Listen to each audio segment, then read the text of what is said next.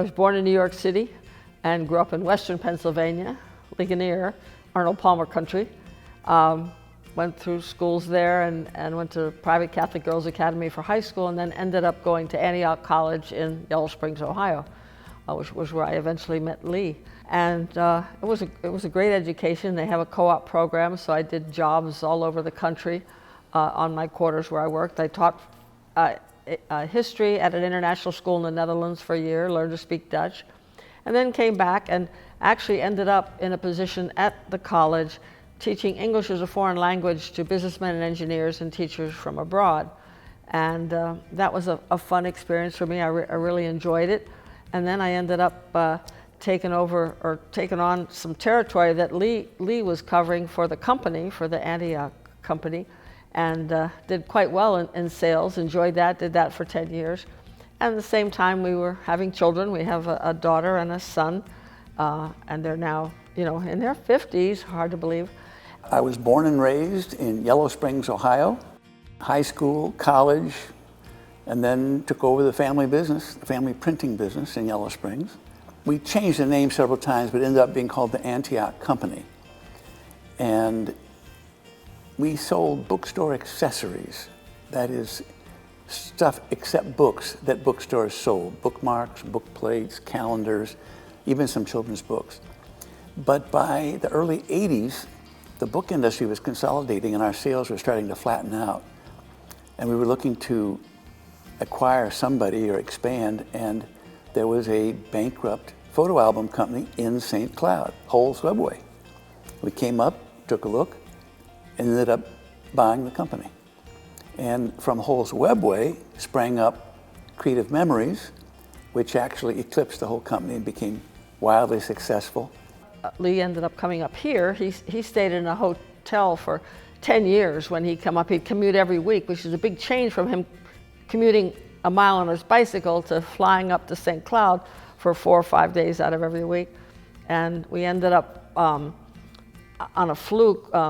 Lee's assistant up here, Cheryl Lido, suggested we might look at some houses in the middle of winter, and ended up coming to live here. Our daughter moved up here and had grandchildren, so I took care of the grandchildren for 5 years while she worked, and also became a Creative Memories consultant because I loved teaching people how to organize and preserve their photos, and that was a real sort of my pinnacle career of the time that I worked. And then in 2008, we both retired and lived on the lake, on Clearwater Lake in Annandale.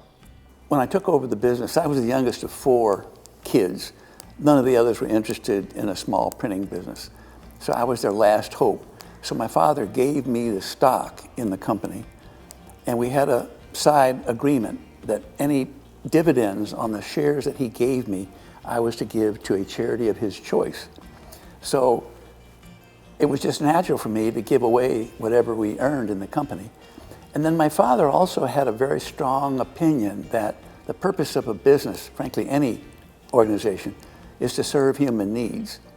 Now, we had to make a profit to survive, but that was never the purpose. It was to serve human needs. So we had a company foundation, and it was a complicated foundation because we distinguished between cause-related marketing, which benefited the company, and real philanthropy, where it was pretty much anonymous, and the company had no benefit from it.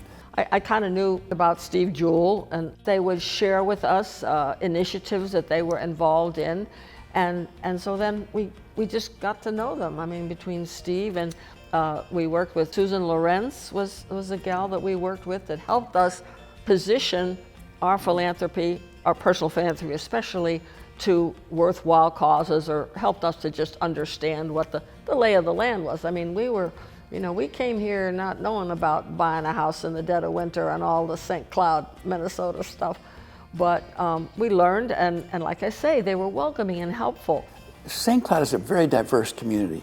The demographics are changing rapidly, and to straddle that is very difficult. A private family foundation can't do it. The community foundation, they have relationships that I can only imagine. It's important for people to give, and supporting, helping human needs, providing for for people who don't have as much as we do, and other just needs that need a bigger umbrella. You know, I can give something to somebody on a street corner, but you know, the idea of providing legal aid, you know, to an organization, or building the development characteristics of an organization so they can in fact raise their own money, that kind of thing really is helped by philanthropy that's not encumbered. One of the unexpected benefits of engaging in philanthropy is it gives you a different perspective on the world. I was a businessman for a long time, and what I saw was quite different than what I see when I'm looking to give away money. You're looking at a different constituency, your motives are different, everything's different. So I believe, from a personal perspective, it has enriched my life because it's added a new dimension to how I see the world. It's not just the local stuff, but we think that climate change and global warming is a huge, huge issue. And if I had a magic wand and could change it, I'd do everything I could to mitigate climate change and cut back on all these fossil fuel production and carbon emissions. Lee started several years ago the St. Cloud chapter of Citizens Climate Lobby, which is now sort of the chapter for CD6, the local congressional district. Environmentally, I don't think people realize St. Cloud is energy independent. As a city government, they produce more power than they consume. But I'm very proud of the way St. Cloud has evolved with the demographic changes. I don't think people realize what a huge change it is and how dramatic the change is. It's really impressive. It's very impressive. I'll be bragging about St. Cloud for a long time.